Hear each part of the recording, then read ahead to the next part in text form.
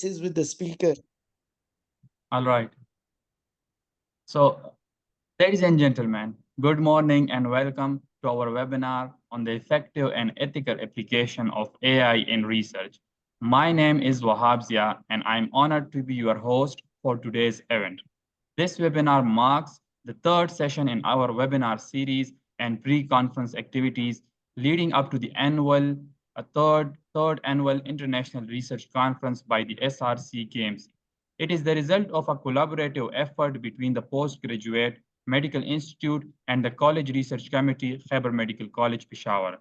This event is made possible through the dedicated efforts of Dr. Iqbal Haider, Associate Dean Research, Khyber Medical College, Peshawar, and Dr. Rubina Gul, who is the chairperson of the College Research Committee.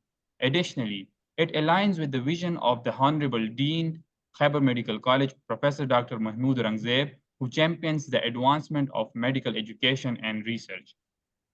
Artificial intelligence is a revolutionizing the field of research, offering unprecedented opportunities to enhance our capabilities and deepen our understanding across various domains. However, with these advancements come important ethical considerations that we must address to ensure that AI is used responsibly and beneficially. Today, we are privileged to have with us Dr. Masood Jawaid, who is the Director of Medical Affairs at PharmEvo and Associate Editor of the Pakistan Journal of Medical Sciences and a distinguished medical educationist. Dr. Jawaid brings a wealth of knowledge and experience to this session, and I am confident that his insights will be both enlightening and thought-provoking. In today's webinar, we will explore the effective AI tools that can significantly enhance research process, the ethical implications associated with the use of AI in research, practical guidelines to navigate the complex landscape of AI and ethics in research. We will also have a dedicated question and answer session where you can address your queries and gain expert insight from Dr. Javed. Before we begin, I would like to go over a few housekeeping items to help you have the best experience possible. To receive a CME accredited certificate, please ensure you attend at least 75% of the entire webinar. Our team will be monitoring attendance. We strive to maintain a respectful and polite environment. Please be courteous and professional in your interactions. Ensure you have a stable and secure internet connection. It is preferable to use a laptop or desktop for the best experience. Keep your microphone muted when listening to the session to minimize background noise. Use the raise hand function available at the bottom of the Zoom screen for any queries or help. Alternatively, you can direct message the moderator in the chat box. Use the question and answer function for questions during the presentation. The webinar will be recorded for future reference. By attending, you consent to being recorded. Without any further delay, it is my great pleasure to introduce our esteemed speaker, Dr. Masood Jawaid.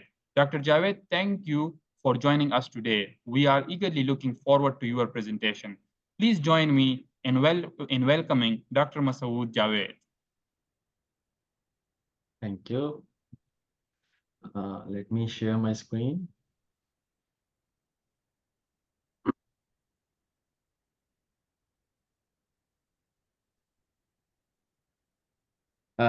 Thanks a lot, Dr. Iqbal Haider and the whole organizing team from the Khyber Medical College as well as PGMI Peshawar. It's an honor to be part of that esteemed session in which we're going to discuss some of the recent trends which are coming up in the area of research, and we should all be aware of those things so maximally take benefit from those features as well.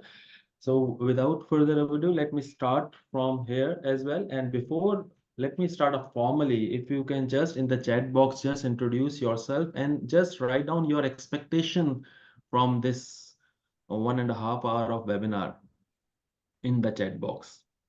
We have around 30 plus individual right now. And during the whole session as well, as I'm talking about, you can write in the chat box. I usually constantly monitor the chat box in the meantime. In the meantime, the people are writing, Wahab, can you just write the password? Because some people are sending me messages that we are not able to join and what is the password? uh, All right, sir. password, although written there, It's but ERLIN. not here. I have People who are joined here already there in the WhatsApp, they are messaging sometime directly and all that. Those who already joined, that's fine. Saima Saeed here, great. From Samsung SM832 325F.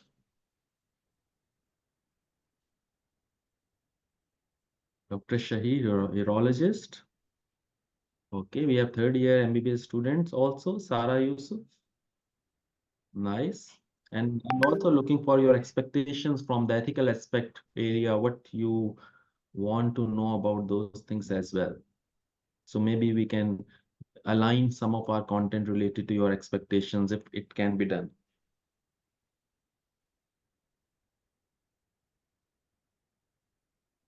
Sadiq Rahman, fourth year medical student from NMC. Okay, and nice. We have wonderful students also in today's session. Ojala and Alishba from second year. Final year. Sedu Medical College is also here. Okay, nice. Community medicine. Jahan Hassan. Ethical consideration, how much AI can be used in research. That's expectation from Dr. Jahan Hassan.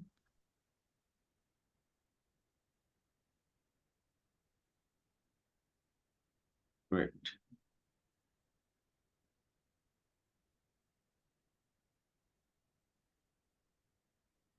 Dr. Usman Zafar, internal medicine, to know what is ethics in it. Okay. Dr. Ziauddin from anatomy department, how to use AI in research and how much it can be used. Nice question. Okay, great. So, of course, some of you wanted to know how much AI can be used, what is ethical and non-ethical in those areas, and these are very important and burning questions in the new avenue which is coming up, which is already the present now, not the future. But let me start our session and take you to 1980s. Let me take back and recall some of our memories during those times. In the 21st century, a weapon will be invented like no other. Can you recall what is This one of weapon the will be powerful, versatile, and indestructible. It can't be reasoned with. We can hear the voice. It can't be bargained with. It will feel no pity, no remorse, no pain, no fear. It will have only one purpose: to return to the present and prevent the future. This weapon will be called the Terminator. Your future is in its hands. Great. So how many of you have seen that movie of 1980s? It was the first part. You can raise your hand or write on the OK on the chat box. First one is Iqbal Haider. Yes, great. Dr. Rubina Gul, great. So we, all of those people who are now 30 plus, have majority of the time I look forward to seeing them as compared to I don't see many of the first year and second year students. Yes, that was at that point a fiction film in which we are talking about machines who can think, who can react, who can take decisions. And it's fiction for us that any machine can think, any machine can perform some of the thing which is done by the human. It's a fiction, science fiction machine at that point as well. It is not known to be happened at different thing apart from many other features as well. Having said that, if we go back to the medical literature, the first evidence about artificial intelligence in related to is published in 1950s. So beyond 1980s, people are talking about, and the turning was the first one with a documentary evidence that can machine things was coined in October 1950, one of the quarterly review paper as well. So people start thinking about in those areas for the quite a long time. And even many of us in the movies wanted to see such kind of things at that point, which is not beyond. So, and people are talking about AI, each and every one of us, but it is already going on for quite a long time. The history dates back to many those things as well. And if we just even the turning, which pointed out the test, which is known to be differentiate any tool, whether it has an AI or not, the turning test is still applicable. When a new software or tool was established and like to see its application, where it is working with the AI or not, the turning test is still is used. I'm not going to detail of the turning test, but this is the still a reality as well. So when we say about artificial intelligence, what is artificial intelligence is the simulation of human intelligence in machines that are programmed to think and act like human. Because in the digital world, we start thinking about with those things as well, machines can do a lot of the work which humans cannot do, large amount of data analysis, huge amount of memory storage, last very fast retrieval of the things as well, which is a difficult task for the humans as well. So all those things we think in those terms, but we usually believe that the problem solving, the decision making, the critical reasoning, all those things are primary belongs to human beings. The ashraful makhluqat. We need to do those kind of things, not the machines can do it. But now when we say about AI, it's about those things, and it's not a fiction as well. Many of us have only see or experiences the written text-based kind of thing. But if we see the world right now, even the psychomotor skills can be performed sometimes much better than human. Let me show you the recent video about what is the artificial intelligence in the robots and the psychomotor skills are happening there. Just a few seconds of the video.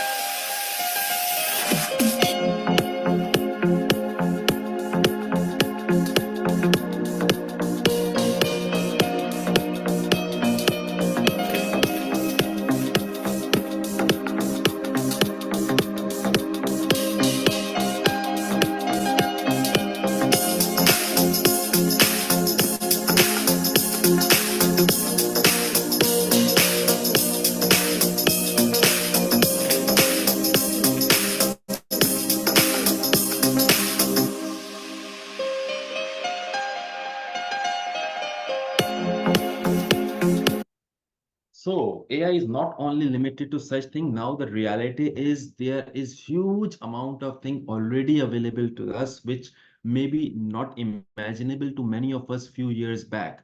And even at the moment, because sometimes we are not exposed to such kind of things, it's difficult for us to comprehend other things as well.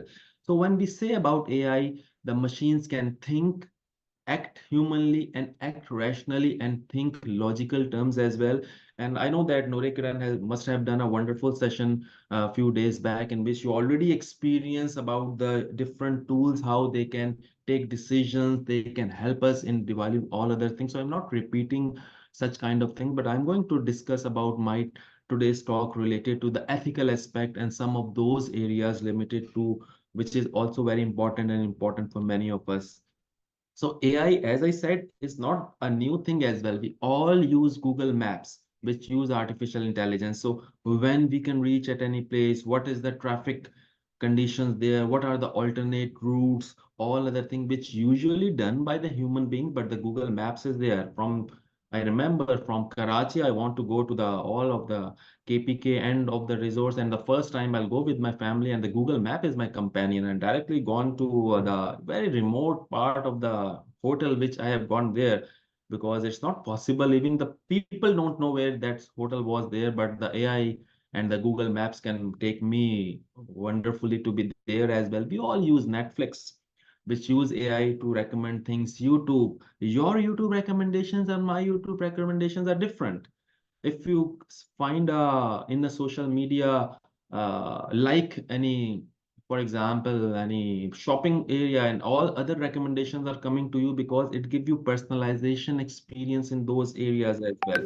Our mobile devices are already using the face recognition, which is done by the artificial intelligence, because many of our uh, the other gender also open their mobile phone without the makeup as well. So it's must have been because of artificial intelligence. Otherwise, human doesn't have that much capability. Then they can identify with and without the other things which we have used. Google AdSense, chatbots are very common part, and you don't know when you are talking about somebody, is the physical person is there, or it is the machine who is talking and helping us in many different experiences. So these all part of the game. Recently, people have start talking about when from the consumer we become a producer.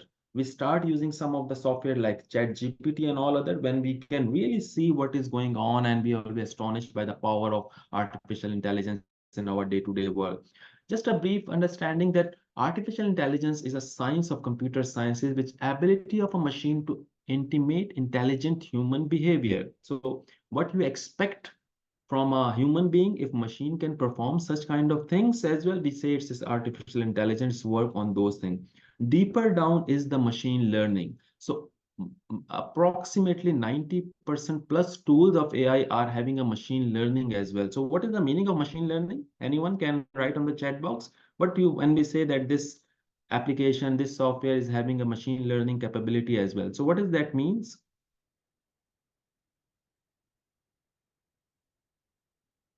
Expect to have a good response from students as well, because sometimes they will be more better equipped with the knowledge than many of us. The new generation, they don't need training or reading. They're already from the mother end, learn from all other things. To train machine by feeding it on a some data and then set, okay, Babzia. Okay, machine learning is this. Let's see if we have some more options. Actually, in my session, people have to talk about other things as well. Ability to train a machine as required for a Sagir. Okay.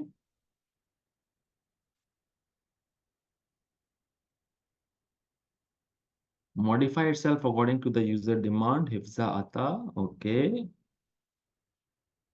When a machine is capable of learning through different searches from us. Okay. Just to clarify, application of system learn on its own. We don't need to train them. When we develop the first time, we need to train it. But once it is a capability of machine learning, the more data coming up, it's learning on its own. It take decisions, and by doing those things, there is supervised learning, there unsupervised learning. But the machine learning means, for example, if many people are using it, the system automatically learn from it whether the decision are right and wrong. Just giving you an example, for example, if many people are using it, the system automatically learn from it whether the decision are right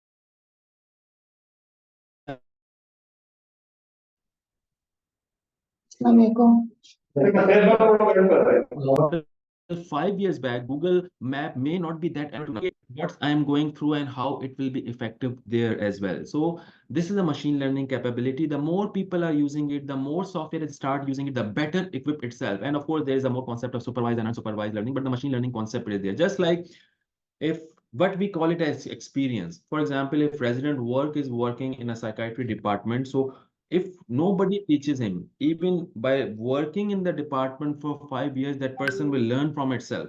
We all agree that's a human capability that we learn from our experience with community of practice. In the same way, the machines are designed that they also learn even if nobody is adding more data, because data is already coming up. So that's a machine learning concept which is there, but it's automatically inbuilt.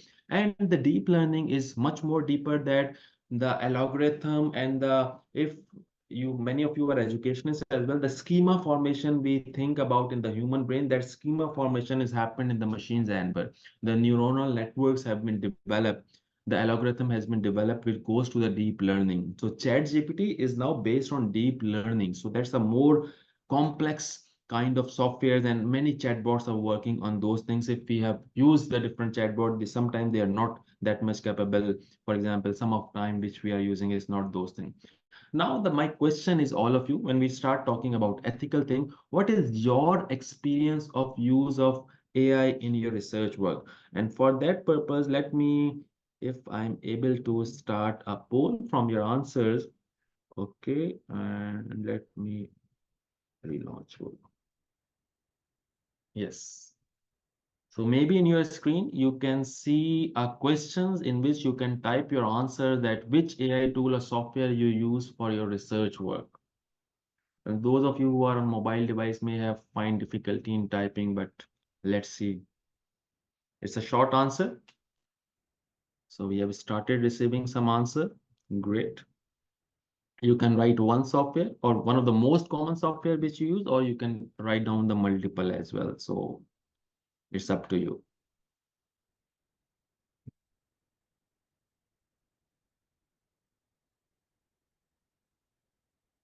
Okay.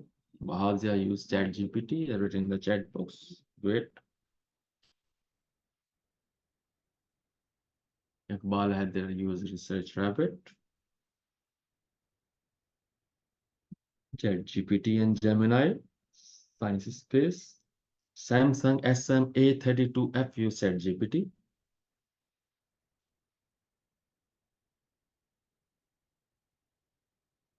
Okay, so majority of you use ChatGPT. Now typeset is also, but ChatGPT is the more prominent answer. So you are easy to write in the chat box in the window. Okay, great. Quillbot, Science Space. So, okay, let me not share because only one people have answered on the Zoom as compared to other. So let me close here. Yes. Okay. Yes. So Wahab, can we see my screen now right now? Yes, sir, I can see Experience your of AI screen. research or the pool is okay, Yes, great. your Okay, the pool is experience with closed. AI in So research yes, of side. course. So yeah, your experience of research. So you can see from here that majority of the people, when I see the responses, ChatGPT, the most commonly response which I see, and apart from other, there are some literature review software like Science Space, LSAT, and even paraphrasing like Bolt and those things. And of course, a Gemini will also come up with the previous name with the Bard is now Gemini is also talking about those things. And of course, with the free version, we have some advantages over Gemini over if you are using the free version of ChatGPT. So this is a research roadmap. Let me just see. Yes, it's fine. Okay. So this is the research roadmap, and the AI is available in different aspects. If I just ask specifically from generating a research idea, which is sometimes a very daunting task, but AI can help us to apart from chat gpt, as also Wahab has also pointed out, but we have some wonderful software which give you the research question answer based on the scientific data, as there are some limitations of chat gpt, but there are specialized softwares which use AI to find out the research areas which are need to be worked upon, and they are more reliable, they are more valid compared to the other chatbot, which we can of course can use them. Doing a literature review, many people have talked about LSAT, Research Rabbits, all other tools which are a part to do a literature review as well. Refining your research question like LSAT, size, others say develop a budget, funding, create research proposal, ethics and operational work as well, like data analysis, conduct of the research. There are multiple tools as well, specifically for data mining, for finding the in-depth analysis, sometimes in a large amount of data, which is difficult to do with the recent previously software which we are going to do, even for the writing phase. So from all different aspects, we have multiple different modalities available to us, which can enhance and efficiently done our job that was done in the previous webinars. So I'm not going to do the same things again because you must have experienced few of such software. So your aim should not be knowing each and every software what is available around the earth, but your aim should be what are few software which are more practical, more feasible for your kind of work, and you try to learn and make yourself more effective in working on those things. Because day in and day out, there are multiple softwares are coming up.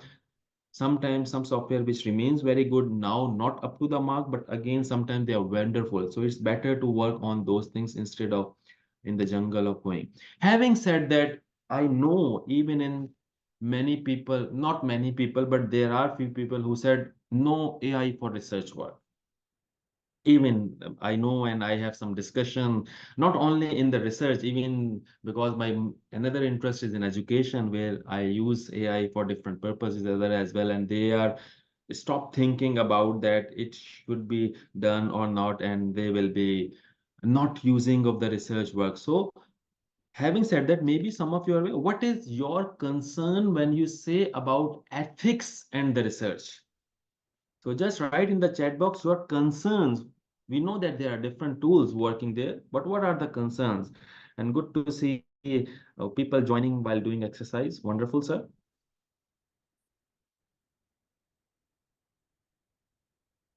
Yes. Lose originality in research, authenticity, hifza, rejection of proposal, aksa Ayman, rejection because of plagiarism and scientific misconduct, Iqbal Haider, okay. Laiba Zahir, plagiarism, data safety and plagiarism, Toba Azim, okay. So plagiarism is one thing which is coming up hugely. Rehana Khadim also plagiarism. So our concern is to Hassan Raza avoid plagiarism, okay. Sadiq Rahman, Farooq Rathore, wonderful. Organization general have not made clear guidelines. Yes, clear guidelines is not there, and we're going to discuss. And wonderful to be have Farooq Rathore is already an expert in this fields. Avoid plagiarism, Jahan Hassan, scientific misconduct. Check your grammar. Okay. So our concern is so one of the major concern which I look forward in the pattern which is coming up is about plagiarism. That people are confused that when we use AI, it's come up in the plagiarism area and misconduct and all other things. So some of your concern are valid and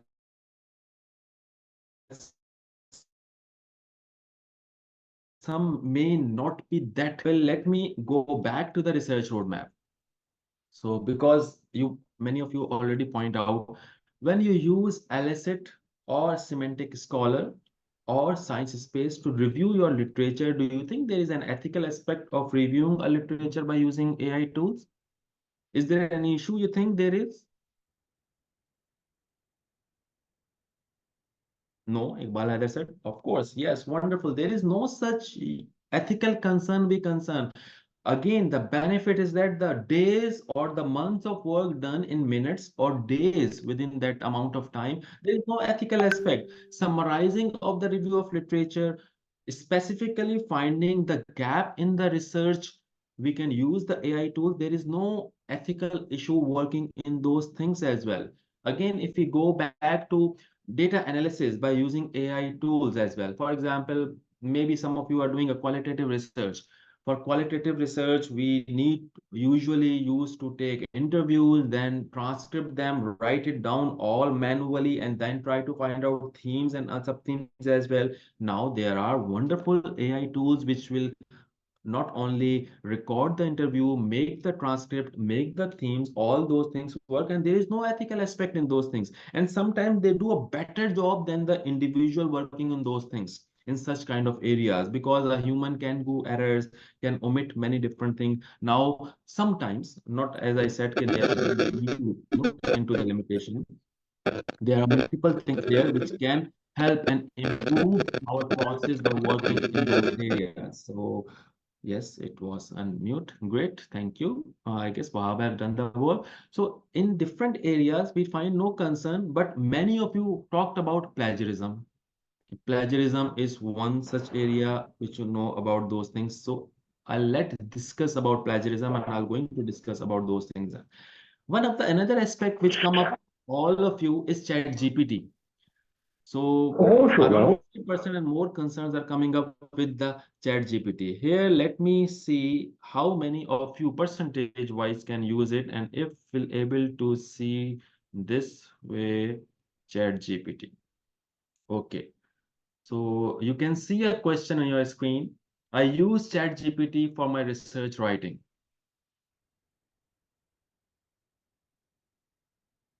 Great. Now responses are coming up. So clicks are good for us. We have already 31, 30, 40 responses.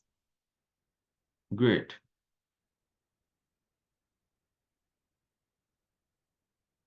Okay, so 55% have responded. Let me see, and then we'll share the results.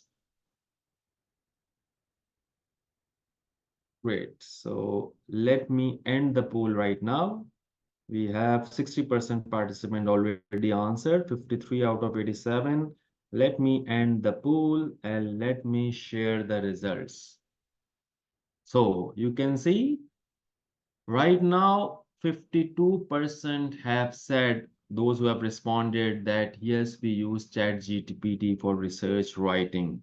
Sometimes it's 20. Again, if we combine them, it's around more than 70% of those things, and 30% around said that we don't use ChatGPT for writing. Here, because many of you already pointed out our ChatGPT when we start talking about research, ChatGPT is a wonderful software, no doubt about it. My personally, I am now using the paid version of ChatGPT, and it was remain open in my window 24/7 during my work while doing it, because I'll take a lot of help and a lot of work, potentiate my work with those things as well. But having said that, ChatGPT is neither designed not recommended for scientific research. So again, let me say it, repeat it. ChatGPT is not designed, not a recommended software for using for research purpose, specifically whatever you say, writing and all other things as well. It's a different thing. It's a wonderful chatbot, but when we use a software which is not designed or recommended, so you find out flaws into it. And you're right that you do many different things and you find out the misconduct and all other things which are there, because you are using a software which is not made for that purpose. So it will be flawed for other things as well. So there is a word which is now used as, which is known as hallucinations. So AI hallucinations, because when you ask something from the chat GPT, it can give you a response, but maybe there is no backup from the data sciences, from the other things as well, which is now used the word, although UNICEF have some recommendation that we need to change the word, but still at the moment, AI hallucination is even when we say AI is just like a other human being, we know there are people who have hallucination. We all have in our family the person who know the answer of each and everything, whether he or she knows or not. So it's ChatGPT is also like human. It can give you answer whether it is there or not. So we need to look forward. So ChatGPT is not a specific software which you can use for writing of research article, although you can use it from some other purpose. And I already made some of the videos. I'll share the link afterwards. So if you want to go back and review, because my today's topic is not about those things, but if you like to see what you can do with the ChatGPT for the research work, which is having no flaws, which can improve your research work, you can work around and look at that videos as well. And Wahab also can share the links if I can share afterwards with it. So what are the concerns? So some of the concerns which are genuine apart from plagiarism is potential risk of bias and error. When we say about research, majority of the time right now, we are using it for data analysis and research writing and reviewing and all other areas, but still there are potential biases because it was trained on the data which is available there. If the data was not related to your type of things, it can be generated the result. You want to have another perspective which your research can do, but it will analyze the data from its own perspective. So there is a still potential risk of bias and errors, which is also apart from without an AI is also there, but it's much more if you rely on those things. That is why it is said that whatever is writing you from every large language model, ChatGPT is one of the large language model. The generic term is large language model, and then there are differentiation of academic, non-academic, data science driven, or not data science driven.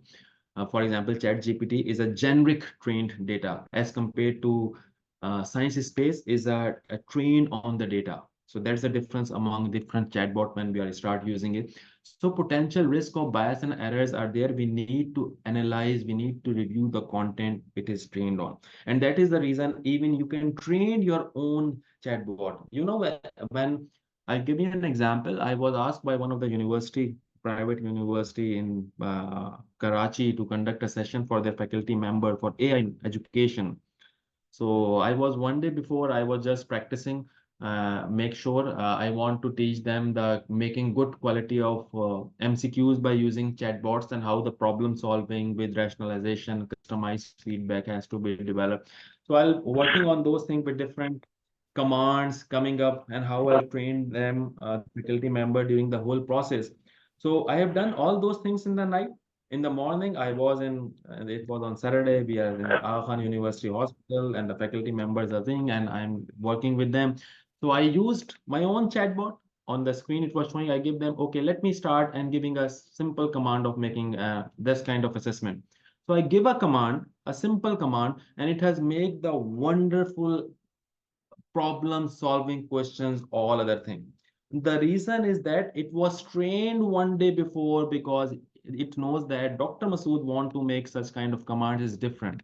So even the large language model which we are using, my large language model is trained differently, personalized differently as compared to yours, and which can load to the errors. And I'll be going to discuss that thing when I start talking about what is the current recommendation of giving references, because that is the reason. Even when a same command is done by, for example, Sayyid Luqman Shoaib Saab, or any Dr. Iqbal Wahid Saab, or Wahab Zia Saab, or Masood Javed, every person's response may be different from each other, because they are working for the different things as well. That is a generative AI. We need to understand that generative AI as well. So potential risk of bias and errors are still there, apart from the data, which is also there, but apart from our work as well. And I must recommend that all of us should learn about the prompt engineering. That is a new skill, and there is a debate going on about what are there in the Higher Education Commission on the Sindh. At least they also contacted me and discussed that we want AI to be part of the curriculum, so about all other things as well, because there are some of the skills which need to be added in the curriculum, even medical and non-medical, because AI is not only for the healthcare, it's for other areas. Then environmental cost of training AI models is huge, which, if somebody remember in the international world, which companies gone to be number one for few days because of the AI. If you are following the international news, yeah, Wanda, be a fighter responses with Nvidia. Nvidia become the top, I don't know which billion-dollar company for some time, because the Nvidia, we know previously when I'm on the students or the wanted to have a computer, so Nvidia graphic card is required for high-end modality of the games which we play. So these are very high tech graphic designers they are making, but AI required huge amount of server potential, and Nvidia is now the server which is OpenAI and all other are using is by the Nvidia, and that's why their things are shooting up, and they will be that at the moment more than the Apple.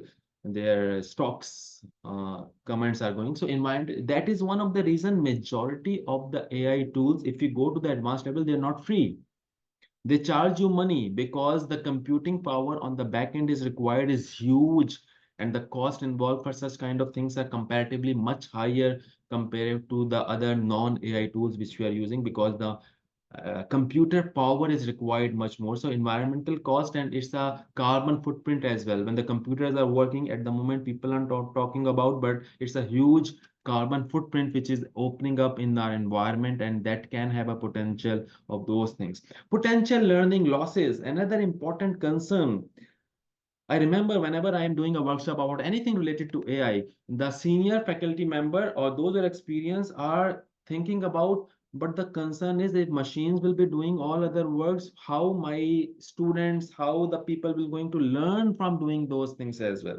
If the data is analyzed by computers, so how they learn how to analyze the data. If the problem solving solution is given by the machines, how they will going to do it, and it's a learning loss.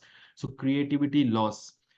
Of course, I agree with those kind of things, because, and I at the point, because I remember at a pulmonology conference, I'm doing a workshop of AI, and the faculty member are think we are doing so much of the efforts for doing all such work, but how the resident will going to do it in the single clicks of the buttons?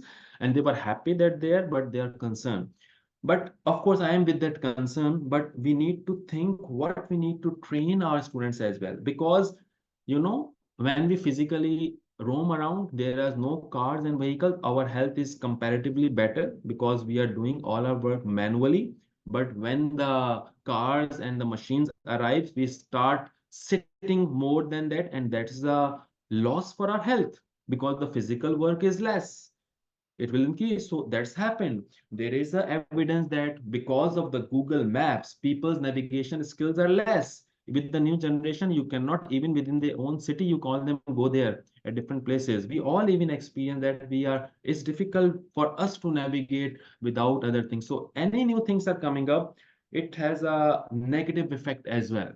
So because research, because of the AI, it can do a work which is usually humans used to do it. There is a learning loss for many of us, and we need to bear it. But we need to think about what we need to learn more out of it at the moment, which we are not doing.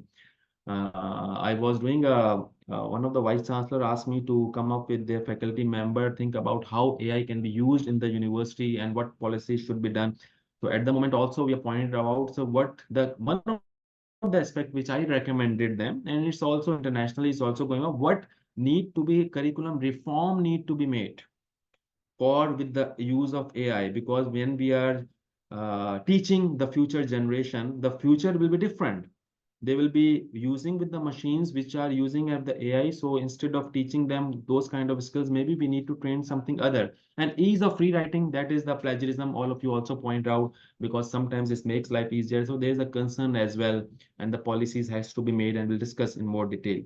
So I one of the things coming up, all of your comments when I ask about that AI is plagiarism. Yes, as be a fighter. Wahab Zia sahab, be a fighter said, likes and our writing skills are being weakened because of Chat GPT. Of course, with the Chat GPT, so why should we even? I responded to many emails by using the Chat GPT, not writing my own skills as well. And over a period of time, of course, I agree. The output is enhanced, but why you need writing skills? You need writing skills to respond to the people. If your response to the people is wonderful because of any of the tool as well, so why you think our things are weakened? The purpose is served, people are able to use it. So again, that's a debate we need to discuss in more. But the concern is about plagiarism.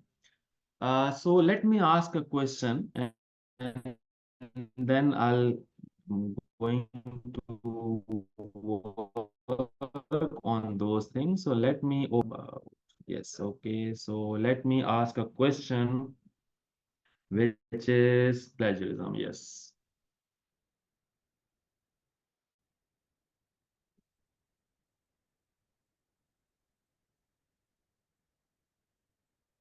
So the question is the AI text is copied from other sources? So we have responses coming up. Wonderful. Great. So let's see. 31% responded very fast.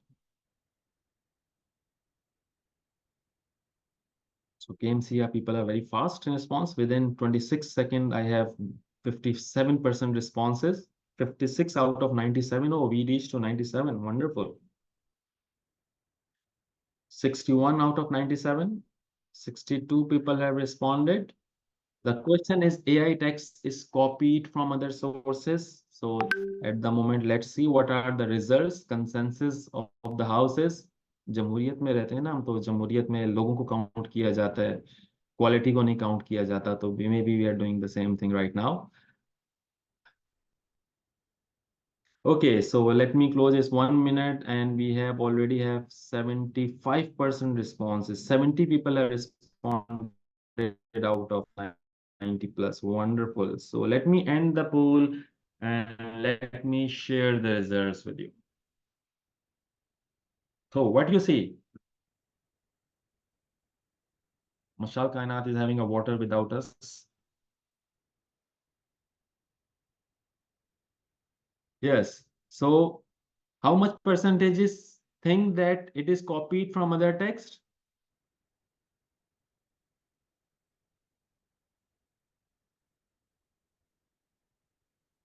73%. Faraz, are you 73? 77. Kashifur Rahman, Hiranyaz. Yes. So let me. So 77% that it is copied from other text. Okay. So wonderfully, I have closed it, and now let me share you something. Okay. Let me do you something, and then we'll discuss. Let me go to the window which is here. Okay. Okay. No, no. We have to go to another window. Okay, so let me go to yes, this one. Yes. Okay. So can you see the screen of Science Space? Wow. Yes. Okay. Great. So just to give you an example, I am using an AI tool for literature review. So just to show you something, and let me use the same text which is written there. For example, how does social media affect college selection process? Let me ask the same questions from it. Okay. So it start working on. It has giving us response, and I'm just like to see the insight from the top 5 paper which you see right now in your screen. So apart from any other tool, I just don't want to go to the how to use that tool. It has generated a literature review with the evidences of the top 5 papers about how does social media affect the college selection process. So it's a academic chatbot. It has written something for me by using some of the reference. So do you think that it has copied the text from these top 5 papers? Yes or no? Yes, sir. Yes, sir. Okay, Wahab said yes. Sadiq Rahman said yes. So all of you have said yes. Let me now clarify it. We are using generative AI. Some mics. Yes. Sayyid Lukman Saab's mic. Okay, now it's closed. So it has used generative AI. What this software has done, it has not copy pasted the text from those articles. If you go and read the article, the sentences will not be the same exactly. There may be some probability of 5 to 10%, but what the generative AI does, it's machine read the paper and then write the text, just like human being read the paper and try to write what is written there by using those evidences. So it is not copy pasting the text, but machine is writing the text based on the information in that paper. So this is known as generative AI, and all these chatbots are based on generative AI. So this text is not copy pasting from those things. Although plagiarism is a huge terminology, it has an idea plagiarism, thus and many other areas. But let me clarify too, because sometimes we also use for word to word plagiarism. We use the word because in the scientific literature we are more concerned for those things. So just like a person read the paper and give you an answer, in the same way machine read the paper and give you the answer. And that is the reason if you have the same question asked from science space, maybe your text which is coming up is different from what is coming up from my side. When you ask something, it is different from others. Even those insight which is coming up on the below, you can, this is if you go back and read the paper by clicking those things, and this sentence, it is not that conclusion of that paper, it is different way as well. So generative AI, what I like to share is the generative AI use machine learning process, the machine reading process to read the text from their own perspective and give the answer, which may right and may not be right. Of course, there is more than 90% reliability, but still, just like human being can give error, a machine can also give the error. So technically, when we say plagiarism, usually we want to say about word to word of those things. So when you ask generative AI to write something for you, or it analyze the data, it analyze the literature review and give you an answer, it is not word to word. So the plagiarism is usually used for word to word as well. So if we say about plagiarism or copy pasting of the content, generative AI doesn't go for those things. Although there are more concerns because there are AI report as well, which we're going to discuss about the ethics as well, but it is not the usual plagiarism which we suspect. We think that it will just copy paste the text. It will not copy paste the text. If you search something on Google Scholar give you results and some writing of those articles, it is copy pasted from those articles. The text it is showing from the first few lines, which is copy pasted. But if the same thing you do it from Semantic Scholar, for example, which is an AI powered literature, the search engine, it will give you TLDR, which is a generative summary of an article, which is different from the copy pasting. So we need to understand when we use the AI, it is not the word to word of the copy pasting, although plagiarism can be used in different, and that is many of us are not clarified for those things. So make sure that it is, if you are properly using a good chatbot for writing, for example, let me give you another example right now. Let me show just for the purpose of your clarity. Let me come back here and go to Jenny. Can you see my screen of Jenny? Yes, WhatsApp everything. Okay. So for example, I'm using AI chatbot, which is academic chatbot. And you can see from here, let me write down something. The topic is role of artificial intelligence in gynecological diagnostics, implication and condition. But let me write down something. Let's suppose, what is it? In Pakistan, the main concerns are, and I stop there, and AI will work and complete the sentence for me. It is written that in Pakistan, the main concerns are the lack of access to quality healthcare, especially in rural areas, and the shortage of trained medical professionals. So it has written just like a human being on its own. It's not copy pasted from any evidences right now. And I am not satisfied with this. I'll just click try again. And again, it will complete the sentence for me. And now the sentence is different, and it has given some of the evidence as well. The reference number 3 was added there. In Pakistan, the main concerns are the disparities in access to high quality healthcare. I'm not happy. I just want to try again, and it will again write the paragraph with different terms. So this text which is written is not copy pasted from that text. And when we usually say about plagiarism, we are checking about the copy pasting of the words, because we teach our resident, we teach our own self how to paraphrase. We read the article and then write in our own terms. In the same way here, the machine is writing on our own terms, which may be right and may not be right. So we need to look into, because when you say something from our own thing, your writing pace, you are responsible for whatever is written. And even by using the chatbot, the writing is not easy. I remember one of the journal asking me to write an editorial, which I, of course, refusing for quite a long time. Then one of my teacher come in between, and I have to commit, and also I can write it down. Although it's a 1,000 word of a manuscript, and I'm using a AI chatbot also as well, but still it take me for a whole one day around 10 to 12 hours to writing a 1,000 amount of word, even with the chatbot, because the chatbot is writing something which is not which I want to say it.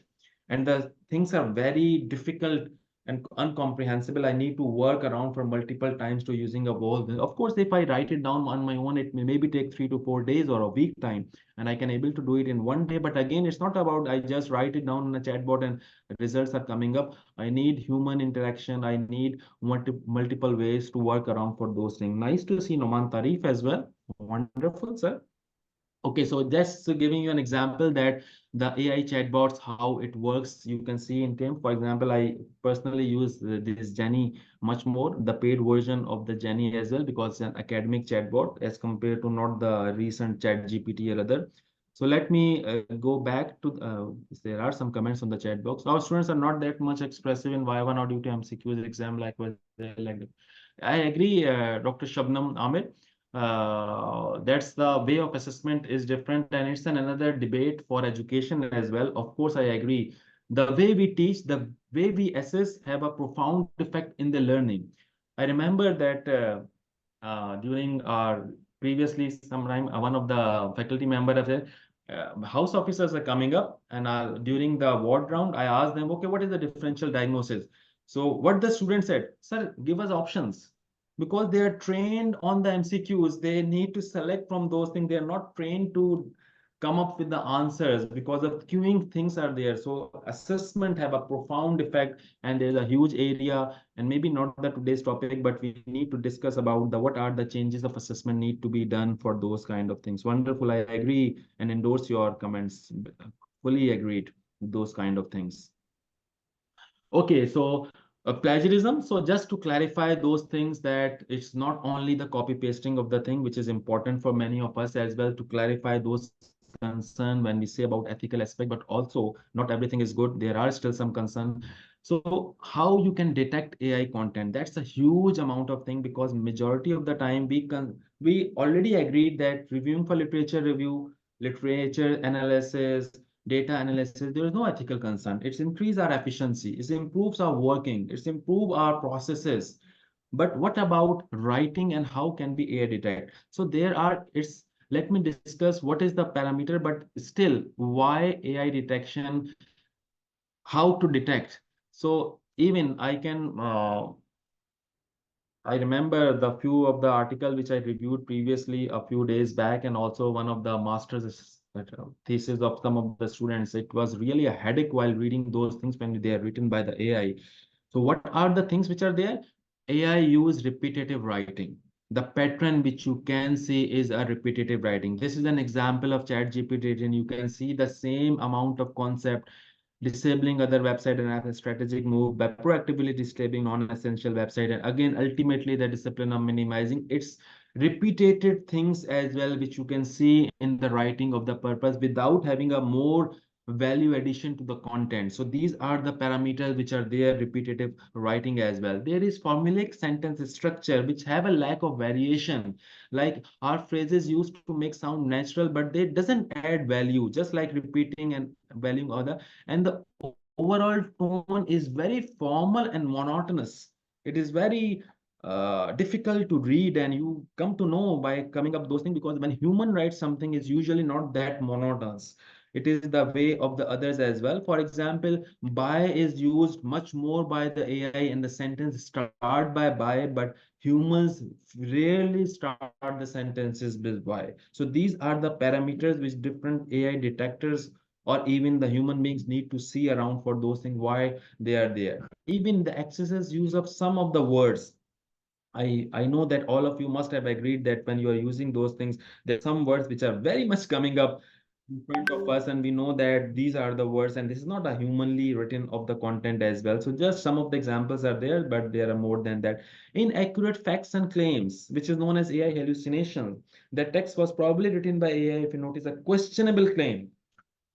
So don't always, whatever is coming up, recommend, especially when you're using a generic chatbot kind of things. When you're using academic chatbot, things are better, but still there can be unreliable. So a human or any other person's validation, I cannot say human, because what about after 10 years or 5 years, maybe even human is not required, but you need to cross checks of the things and they are maybe improved. So inaccurate facts and claims, generic explanation without details. So it's give you some of the thing without any specificity, although you can work around if you know the how to use the chatbot, you can make it wonderful work from you, but you need to, yeah, use lots of filler words and arguments. Even you can go to the chat GPT and their concerns are also there.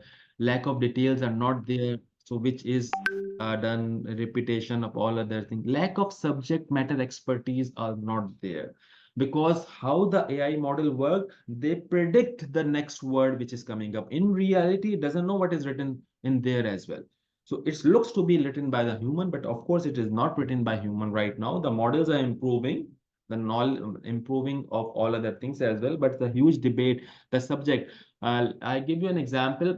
You just go to any chatbot, even an academic chatbot. If you are not expert of that area, when you write something, the results you will be very outblown. Oh, wow, what has it written? But if you are a subject matter expert and you give a query, you will be not happy, at least from the first response which comes. It's very superficial.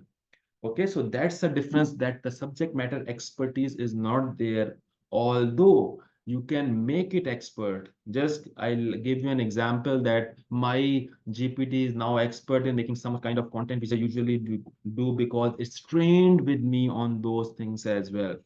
But usually by default, it is not an expert on each and everything. So things are improving at the moment. These are some of the things as well. So there are huge amount of softwares for this kind of purpose.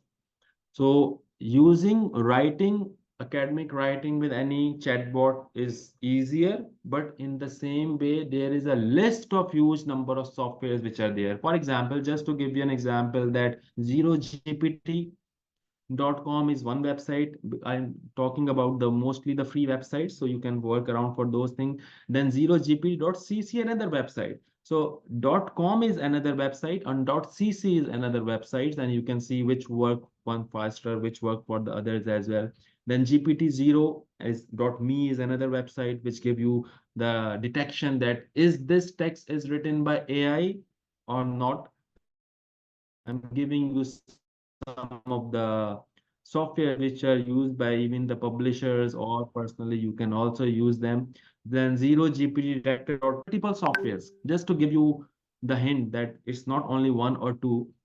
Then again, zero GPT dot net, you can see Winston at the moment, the most a trusted AI detector. It is not a free software, it's a paid software. For example, you can just work around for free for something for using is this thing. It has more advanced features as well. So there is a huge amount of software to work around for detection of AI writing. But it's still concerned which one to use. Which you think is the most reliable AI detector from participants? Because I'm sure you have used some of them. Turn it in, Aksa Ayman. Okay, let's see from other. Turn it in, Quillbot, Ali Afzal Ahmed. Okay, Imtiazullah, turn it in. ZeroGPT.com, Rehana Khadim. If using AI isn't the problem, what's the need to debate? We'll discuss about it's a problem or not, Azan Ahmed. Nice comment and question. Yes, agreed. Turn it in, Munazza, Science Space, okay, Originality.ai. So we have the wonderful multiple comments are coming up. So majority of people are talking about Turnitin. You know that about also one of the keynote speaker there. I was there, and the Turnitin advisor, he was at the situated in Turkey. He was also there in the AI in Education conference, which was done by the PAMI. Uh, Private Association, Medical and Dental Institutions. So it's a wonderful conference about the AI. So this is a list of different software. They are free or paid, how much they are accurate. You can see even the Winston right now, according to that data, is 84% accurate compared to the other one, which is not so much as well. And that is the window of Turnitin, as majority of you point out that Turnitin is the most reliable because this is the whole paragraph which is written by ChatGPT. Okay, and I uploaded onto the Turnitin. You can see it has not copied the each and every sentence, just like word to word plagiarism, just to show that AI writing is not word to word plagiarism. You can see there few of the sentence has been writing just like we write something and it will going to show, not everything, but you can see the AI 100% on the right hand side. It now Turnitin give two reports. One is the similarity report, which is word to word, and the another is AI report. And you can see here that is written there, it's 100%, though it is detected. But still, there are very much false positive and false negative in the results of all AI tools, including Turnitin. So when you see a report of Turnitin, you cannot 100% say that it is coming up, because it has shown that even 20 years older paper, when we upload to Turnitin, it may give that is 30 or 40% written by AI when this technology is still not existed.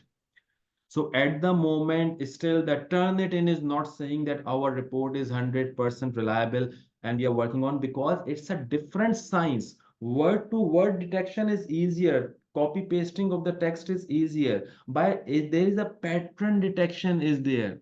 So you cannot 100% rely that the report which you are generating is 100% accurate. So that is the reason still there is no percentage guideline by different journals, because we know that there is 17%, 19%, 11% cutoff of word to word similarity given by the journals, but you cannot see any such percentage by different scientific journals, because at the moment even there is no gold standard against which you can approve. Even the Turnitin himself said that we are not reliable 100%. We are working on those. It's give you some of the impression, because this is a different kind of science, and things are also become improving. Chatbot are also become improving, so the differentiation between human and the AI differentiation going to be less and less as we come along. So this is the thing, as Winston give you report, it also give you point out which are the paragraph, which are the area. So just giving you a report by GPT-0, I have written a text. Of course, it's all written by the AI chatbot, just to give you an example. But it said that I am highly confident, even that it said that is written by AI. Of course, I agree that it is written by the AI, but it's giving you classification how much the system is confident that is AI generated or not. So even when the system is confident, you need to review the content. That is the reason that majority of you point out, you are here in this session, how much percentage is allowed. Usually there is no percentage written by any instructions to author right now in majority of the journals. Even the I'll going to show you the advisory and recommendations by others, for example, what they wanted to. Next thing is, before going to the what are the recommendation, is that we can learn to paraphrase our own self, which is more appropriate, more practical way. But we can use software also to make it humanize the content. As we said, lohe ko loha kaatta hai. In the same way, you can humanize the content by using some of the AI tools. Can you write down any name of the software which can humanize the content written by AI? So report come out to be that is written by the human.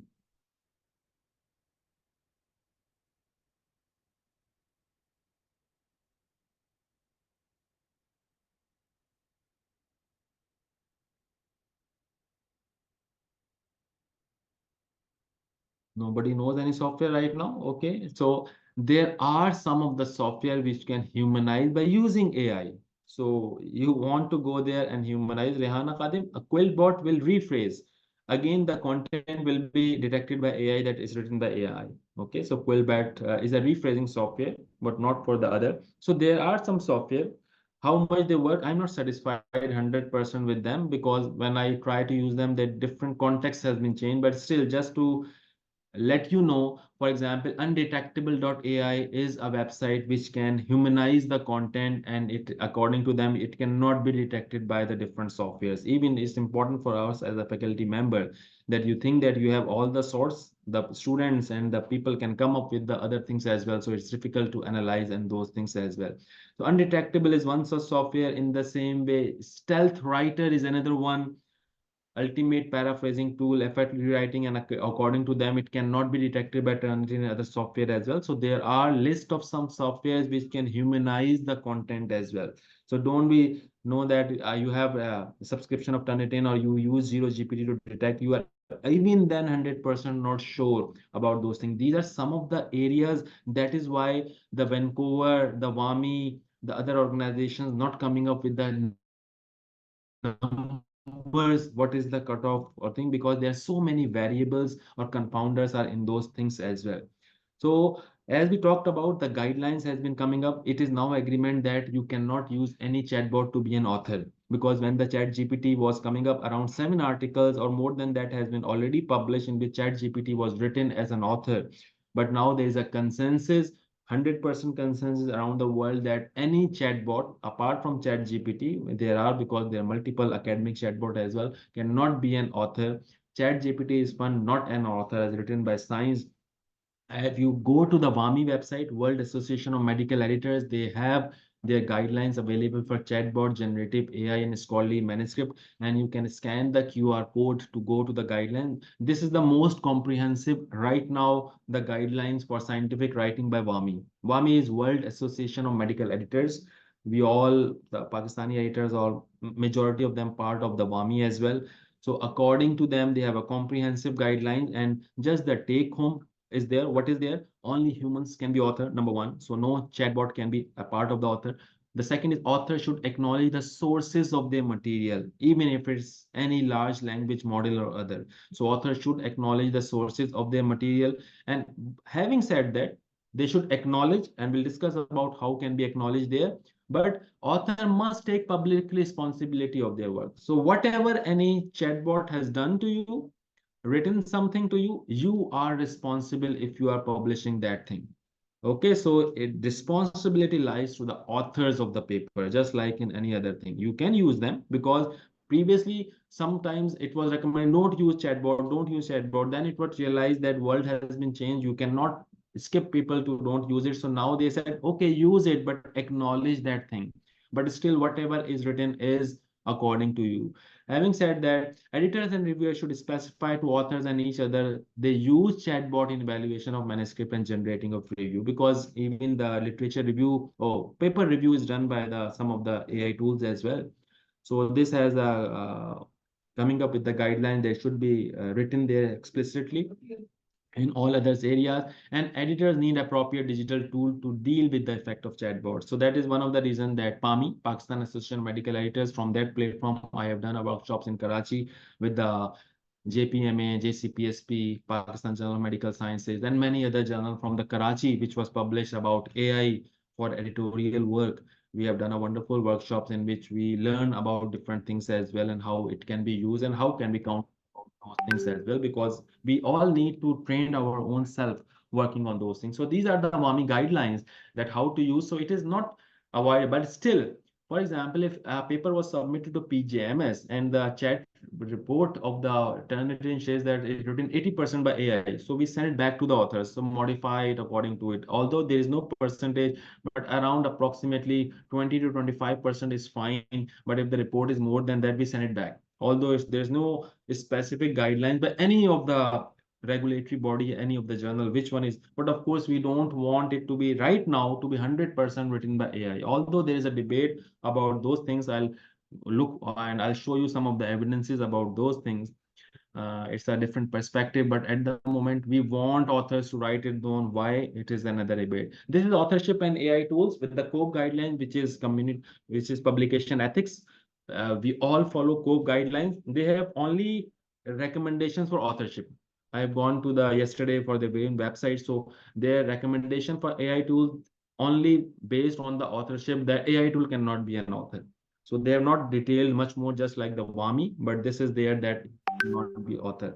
Another guideline, the January 2024 update of ICMJ, International Committee of Medical Journal Editors. The guidelines are there from icmj.org. Updated, this is annotated file which is there. If somebody want these guidelines, you can send a message to the WhatsApp group. I'll share in your WhatsApp group as well. Although these all are available free of cost on the website as well. So artificial intelligence assisted technology, the whole paragraph has been added in the ICMG guidelines, and they must, I said, they should be acknowledged. Even if you are using for a literature review, write in the method section. And if you are reading for the writing purpose, write down in the acknowledgement section related to those things. And recently you can see the chat GPT is given an example because it is the most commonly used, although not so necessarily or appropriately. So these are the guidelines which are there, which recommend you can use them, but acknowledge those things, number one, and how to acknowledge, that's also important. Having said that, another perspective from the editor. Okay, Walsab. There is an editorial in December 2023 by New England Journal of Medicine. They have the special now Journal of AI, New England Journal of Medicine AI. And in their editorial, what they have written is this thing. At New England Journal of Medicine AI, we have elected instead to allow the use of large language model for submission as long as author take complete responsibility for the content and properly acknowledge the use of LLM. So this journal said you write the whole manuscript 100% by LLM. It was written by AI. We don't have any concern because it's the journal is also about AI, but you are responsible for the accuracy and accountability of anything which is written there. So things have been changed. There are different perspectives. Some don't want, some go for other thing as well. So these are the different thing, and we can in Pakistan at the moment. So it's about not written in the instructions to authors, but in different journals. But I know that when we see a paper 100% written by AI, usually we do not publish right now without any evidences of all other things. Why don't? But still at the moment this is. But there is no cutoff. Some people have pointed out because of those things as well. Okay, so how to write acknowledgement? People start using in the acknowledgement section that we are using chat GPT for the thing. That's not a more appropriate way of acknowledging.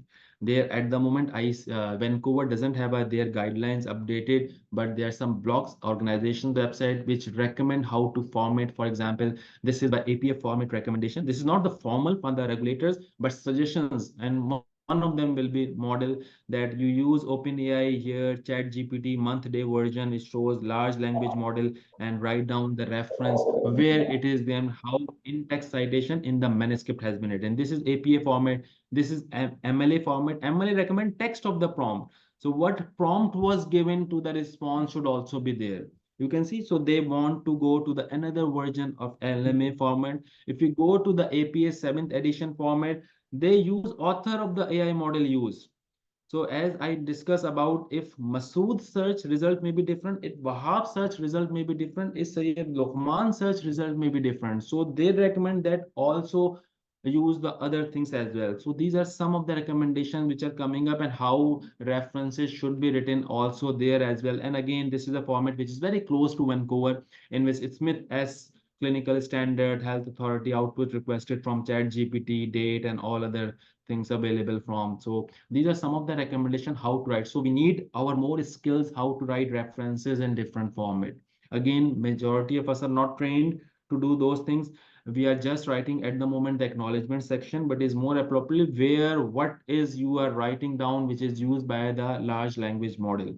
And of course, if literature use should be in the method section, just like we used to search PubMed. Now it is recommended that you write down, we do the literature review with Science Space or Semantic Scholar or Research Rabbit or Elicit, whatever feature you have used, that need to be mentioned in the method section, and of course writing in the text section. So this is the recommendations all are given to others as well. And at the moment, they are not 100% by the bodies, but these are recommendations. So hopefully some of them will be modified. So here is, there is no reason and no way that a human mind can keep up with an artificial intelligence machine by 2035. We are right now in 2024. The progression is giving so faster. The things have been changed. Even the software which you are using, if you use them next month, it has more features, it has more advances coming up. So the growth, because it's also using machine learning model, we and you don't need to teach them. The machine is learning on its own, and it is doesn't forget what is on. That is the reason that the potential is huge, because I can learn something, Dr. Iqbal can learn something, but at some point our knowledge will decay. We have some limitation, human limitation. Machine don't have that limitation. If Dr. Iqbal knowledge has gone to the machine, Wahab knowledge gone to the machine, Junaid Sethi's knowledge gone to the machine, all of your knowledge is gone, it will be there forever, compounding with more information coming up, and also learning with the more amount of data. We know more experience, more time we do it, we will be better among them. In the same way, machine will become better in working in those ways. So don't think as an enemy. Don't think these things as something which is are not. We need to take advantage, we need to work with them, we need efficiently to start using them in more appropriate way to increase our efficiency, increase our effort. So this is a way forward. And I think that let me just send a comment that I don't think that well, that's a even question. Even I think that it can be replaced by at many different human beings, but the people who use AI will going to replace the people who don't use the AI in all areas, whether it's academic, whether it's research, whether it's graphical things as well. So people with use of the AI can do much better work, much faster work, which is sometimes unimaginable with the human beings which we are using it. For example, if I just to give you one example of AI, because we are using of large sales teams and other, we used to teach them all other thing. So at the moment, we are using learning management system with the capability of AI. So we give them the prompt and it will generate whole of the courses based on the AI, with images, with text, with assessment, with feedback, and then we review them, we modify them, we give more prompt. And the one of the course which usually take, for example, a 2 months time for one faculty member, my team will going to make it 1 or 2 days. So the huge potential of working in other areas in which we are not working. So we need to embrace such kind of things instead of just saying that we don't want to work for them. Of course, you need to review them. It is up to mark. It is not up to the mark or related to you. because you know better than what is required from the other thing, because it will going to, but of course there are things which are improving. So because I'm not able to go each and every place, each and every individual, so people are requesting for so long why it is not there. So around 5 6 months back, I have just uploaded some of my videos which is related to especially research artificial intelligence in education on the YouTube. They are freely available for anyone to review, learn the Jenny which we discussed today, the chatbots which we discussed today, the academic thing, the making of the PowerPoint with AI. All other videos are already available there, and I'll try to upload more as they come along. So this is the link. You can scan the QR code. I try to make one video per week, but unfortunately, for the last 2 months, for example, I have not been able to do it only a single video.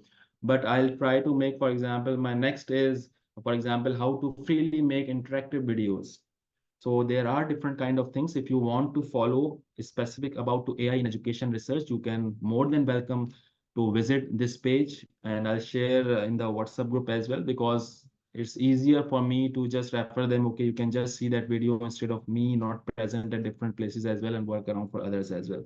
So that's one thing which I, based on multiple feedback, start using it.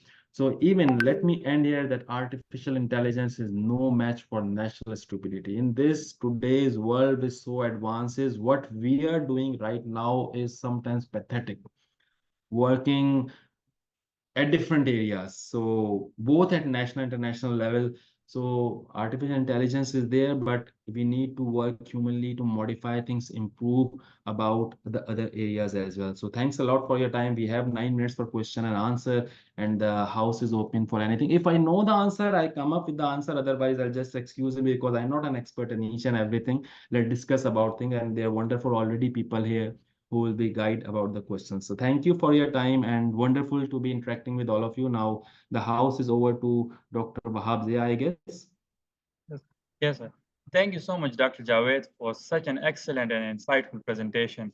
We will now open the floor for question, and please use the raise hand function or direct message me your questions in the chat box. We will address them one by one.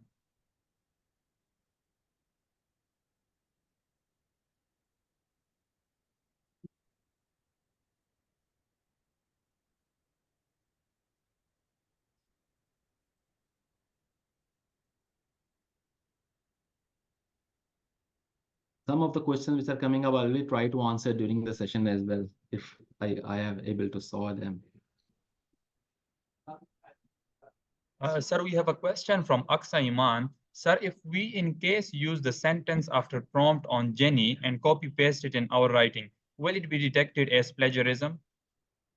Sir, the answer is that it will not be detected as a copy paste plagiarism. It will be not, but it will be detected as written by AI. So there are two kind of reports now usually which we have from the software which we discuss in detail.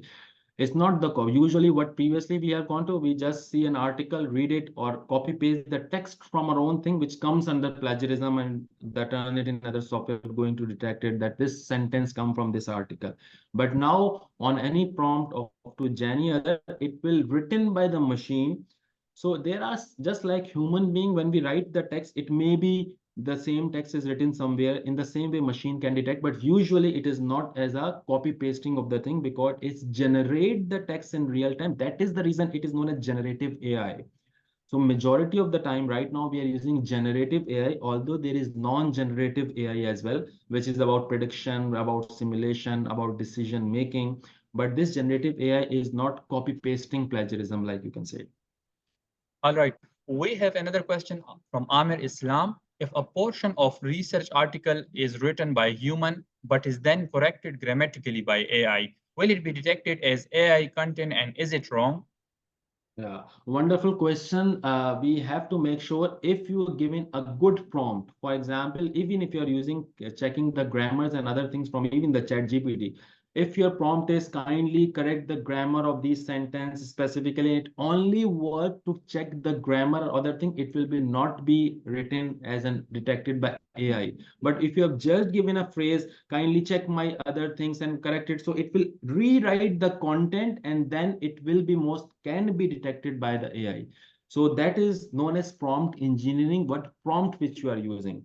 So the minimum need to be done and the specific command for ChatGPT. ChatGPT or AI models are your AI assistant. So whatever give you command, they will do it. So it's more important. I remember one of the very huge guidelines coming out, Pakistan Journal of Medical Sciences, be rejected because of the huge amount of time. Then they again contacted, will ask them to modify and review them.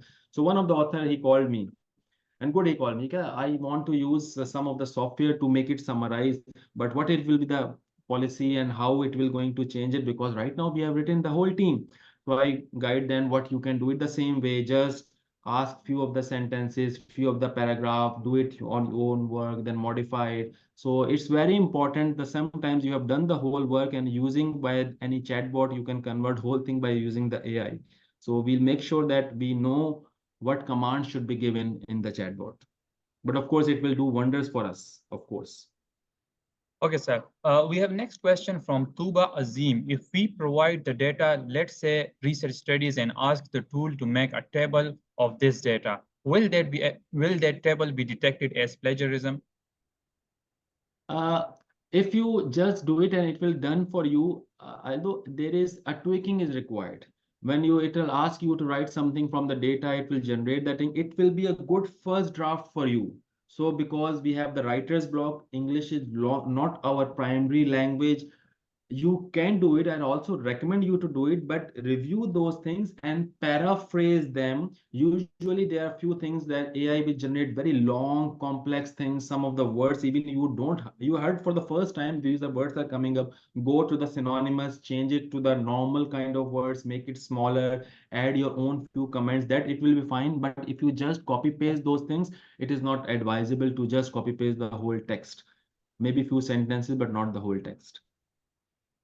All right. We have another question from Waqas Inayat, who is my class fellow. If I have collected data and analyzed myself, now can I use AI to write the data in statements for discussion, considering my writing skills and language is weak? Yes, the same response to the previous one. You can ask AI to write the first draft and then modify it so that it will not be written as written by the AI. Yes, of course, you can do it to analyze, as it is because of the writer's block and sometimes we are confused.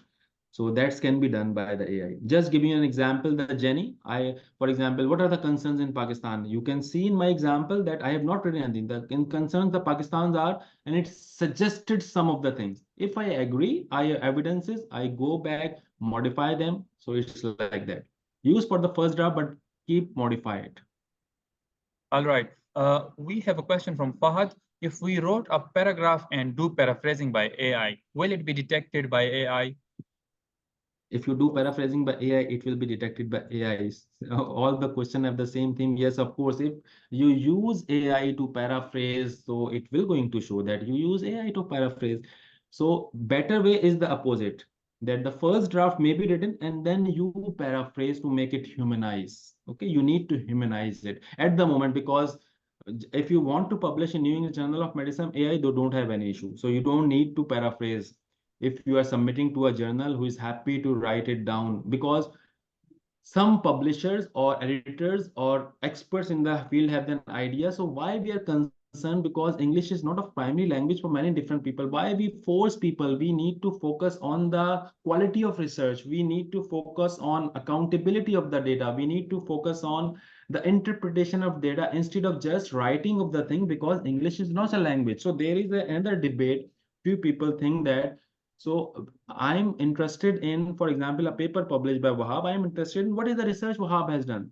So even if he use the AI or not AI, I'm not concerned how is it written. If Wahab take full responsibility, whatever is written there. So that is one such area with few people, not by all. So this is and right now in at least in Pakistan or many different areas, if 100% detected by AI, people will not be happy.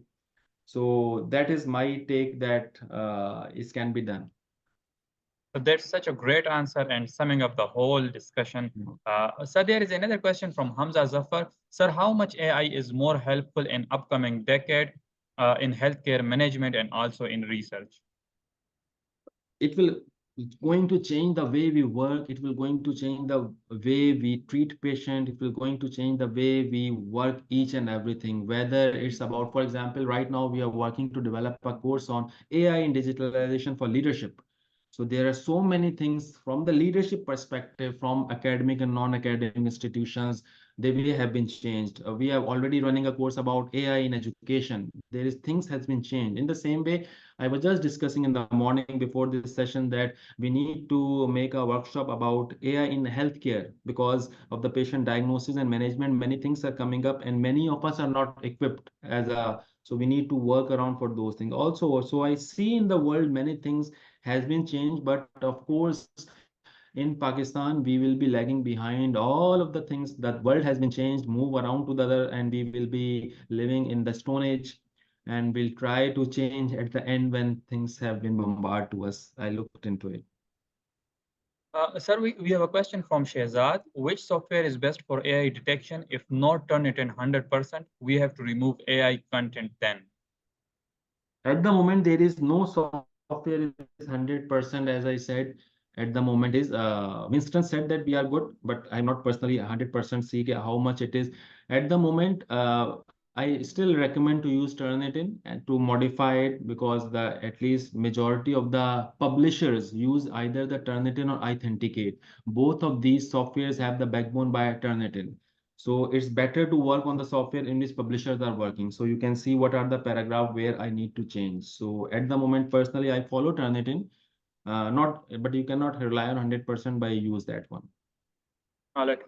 For clarification, this video has been recorded, this session has been recorded, and it will be uploaded to YouTube in quite a couple of weeks. So if anyone has missed the whole session, they can watch the video later then. But I guess we are done with the questions. Great. All right. So thank you everyone for your active participation and engaging questions. We are really great to have Dr. Naila Hadi, Director Medical Education, Postgraduate Medical Institute, Dr. Mumtaz, Director Academics, PGMI, Professor Dr. Mamunir, Chairperson Surgery Department, Khyber Teaching Hospital, Peshawar, Dr. Idris, Neurosurgery Department, KTH, and Dr. Syed Lukman, Pathology Department, Khyber Teaching Hospital in today's session. I am really thankful to the organizing team for this webinar session, which includes Dr. Iqbal Haider, Dr. Rubina Gul, Dr. Mohsin Shafi, Dr. Ziauddin, Dr. Jahan Hassan, Sarah Yusuf, Areen Arif, and Furqan Sethi. We hope you found this session valuable and informative. Please remember to complete the feedback form that will be sent to you shortly.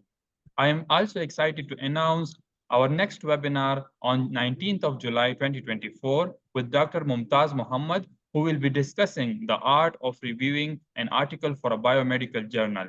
Additionally, mark your calendars for the 3rd Annual International Research Conference, Khyber Medical College on 3rd of October 2024. Thank you once again and have a great day.